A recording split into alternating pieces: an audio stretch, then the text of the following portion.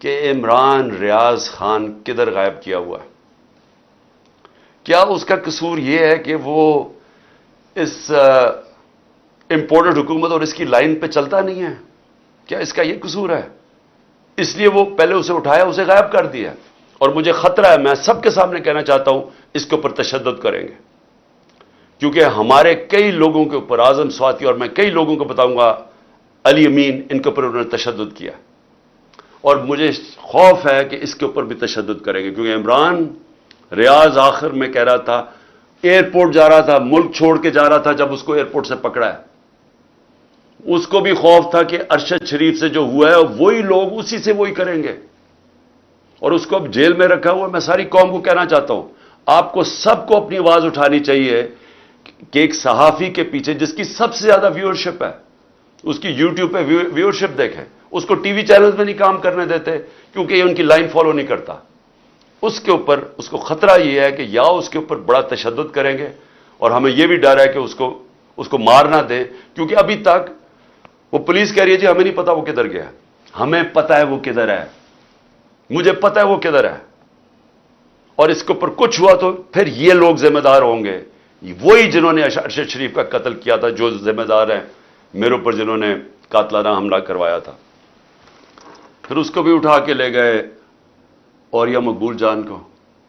ایک بزرگ آدمی ہے، یعنی ٹھیک ہے، وہ اس کی اپنا رائے ہے، اس کی اپنی فالوئنگ ہے، کیونکہ وہ آپ کی آفیشل لائن کے ساتھ نہیں ہے، کیونکہ وہ بھیڑ بکریوں کی طرح آپ کی لائن پہ نہیں چل رہا، کیونکہ وہ کنٹرول نہیں ہے، اس کو اٹھا کے لے گئے.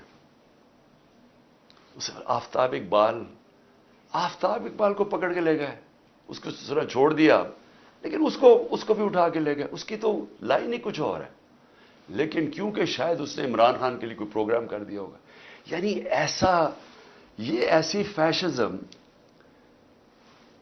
مجھے تو یہ نہیں سمجھ آتی کہ کون سے ملک میں، کس جمہوریت کے اندر یہ تماشے ہو رہے ہیں، یعنی جس طرح کا ظلم ہو رہا ہے. اس کے بعد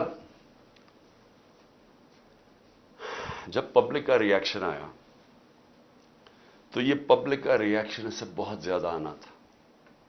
جہاں تک مجھے پتہ ہے اوورسیز پاکستانی، اب وہاں تو ہم نے کچھ نہیں نہ کیا، وہاں تو ہمارا کوئی پی ٹی آئی کا ورکر نہیں تھا.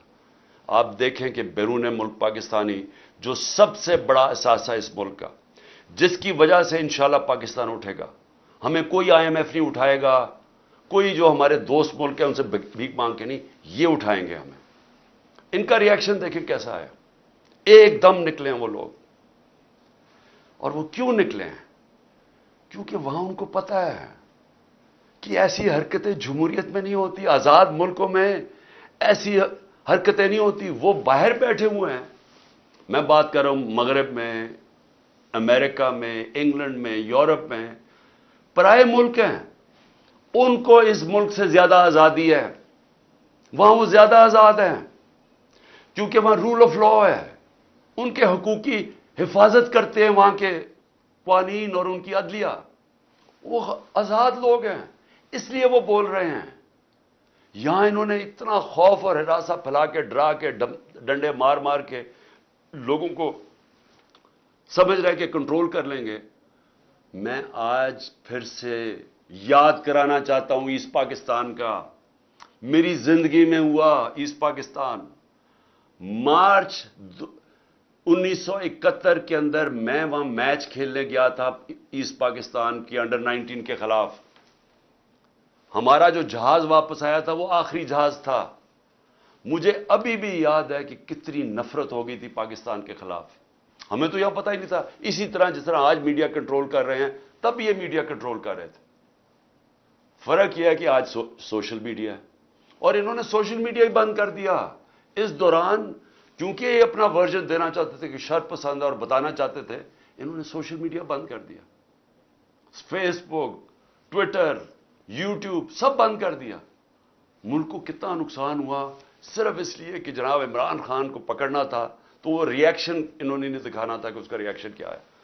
تو ایسٹ پاکستان میں بھی یہی ہوا تھا. ہمیں یہاں کنٹرول میڈیا، پاکستان ٹائمز، ہمیں تو خبر ہی نہیں مل رہی تھی. پی ٹی وی تھا. وہ میں تو انگلینڈ گیا پڑھنے کے لیے، ادھر مجھے پتا چلا وہاں کیا ہوا ہے. آج ہمیں سمجھنا چاہیے کہ ایسٹ پاکستان کے لوگوں سے اتنا بڑا ظلم ہوا.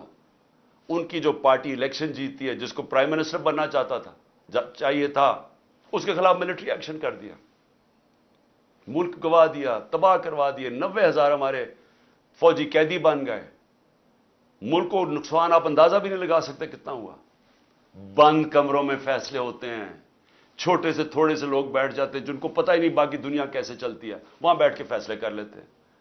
کیا ان فیصلوں کا نقصان ہوتا ہے وہ بھی نہیں پتہ چلنے دیتے. ان کی جب حمود الرحمان رپورٹ لکھی گئی، پاکستان میں شائع ہی نہیں ہونے دی. وہ اتنی طاقت تھی ان کی. 25 سال کے بعد ہندوستان میں شائع ہوتی ہے. ملک کیسے نہیں چلتے. اور میں ذرا آئی ایس پی آر صاحب، ذرا تھوڑا سا آپ نے کوئی پیچھے میں جب جیل میں تھا تو باتیں کی، میں ان کے کوئی جواب دینا چاہتا ہوں آپ کو. دیکھیں، آپ نے ایسی باتیں کی کہ سب سے پہلے کہا جی میں دوگلا ہوں، کہ میں ایک طرف کہتا ہوں فوج میری ہے اور دوسری طرف میں اس کی تنقید کرتا ہوں یا جو بھی برا بھلا کہتا ہوں. آپ نے کہا کبھی فوج کو دشمن نے اتنا نقصان نہیں پہنچایا جتنے میں نے پہنچایا. دوسرا آپ نے ریمارک پاس کیا. اور تیسرا آپ نے کہا کہ ہم اب کرش کریں گے ان کو. دیکھیں آئی ایس پی آر صاحب، میری ذرا غور سے بات سن لیں. آپ جب پیدا بھی نہیں نہ ہوئے تھے تب میں اپنے ملک کو دنیا میں ریپرزینٹ کرتا تھا.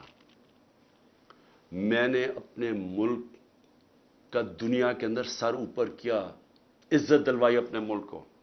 اٹھا کے دیکھ لیں، آپ بھول گئے ہوں گے، آپ پیدا نہیں ہوئے ہوں گے، ذرا پتہ چلوا لیں کہ عمران خان نے کیا پاکستان کی دنیا میں عزت اوپر کی یا نیچے کی.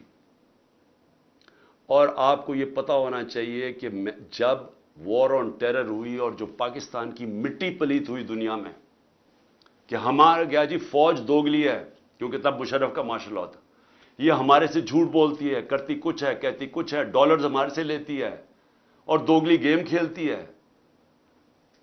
ڈبل گیم، دوگلا تب نام استعمال ہوتا تھا. پاکستان کو ورڈ ہی دوگلا استعمال کرتے تھے، ڈبل گیم کا نام کرتے تھے.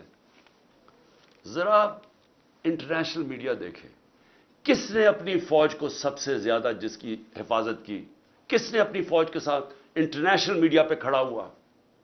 جب اسامہ بن لادن، جب وہ ایبٹ آباد میں جو وہ حادثہ ہوا، آپ کو پتہ ہے بیرون ملک پاکستانیوں کے اوپر جو گزریا آپ اندازہ نہیں لگا سکتے. انہوں نے کہا ہمارے سے پیسے لے رہے ہیں اور اسی کو اپنے اکیڈمی کے پاس ایبٹ آباد میں پالا ہوا ہے. جو ہمیں ذلت ملی تب کون بولا آپ کے لیے؟ یہاں تو کوئی سانپ سونگ گیا تھا، یہاں تو آرمی چیف کے منہ سے چون ہی نکل رہی تھی، یہاں تو کوئی بولتا ہی نہیں تھا، نہ پرائم منسٹر تھا، وہ گیلانی تھا، نہ زرداری. 4-5 دن سناٹا چھایا ہوا تھا، وہ آ کے مار کے چلے گئے. ہمارے ملک میں دنیا میں ذلیل ہوئے ہم. میں بولا تھا، میں ساری جگہ اپنی فوج کو ڈیفینڈ کیا ہے. میرے 3.5 سال میں دیکھیں کہ پاکستان فوج کا امیج اوپر تھا یا نیچے تھا. ذرا اٹھا کے دیکھیں، آپ کے سامنے ہے وہ.